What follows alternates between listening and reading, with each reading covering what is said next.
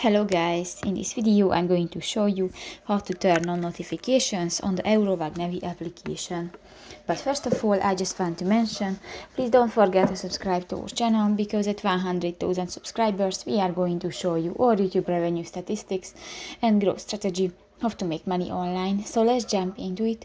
First of all, open the application on your device. Click to the profile icon at the upper right corner of the screen and click to the settings button under the vehicle option.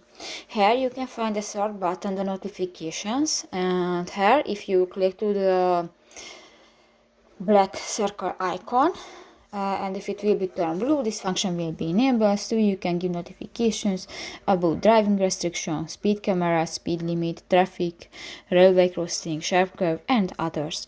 So that's pretty much it for this video, guys. See you in the next one. Bye bye.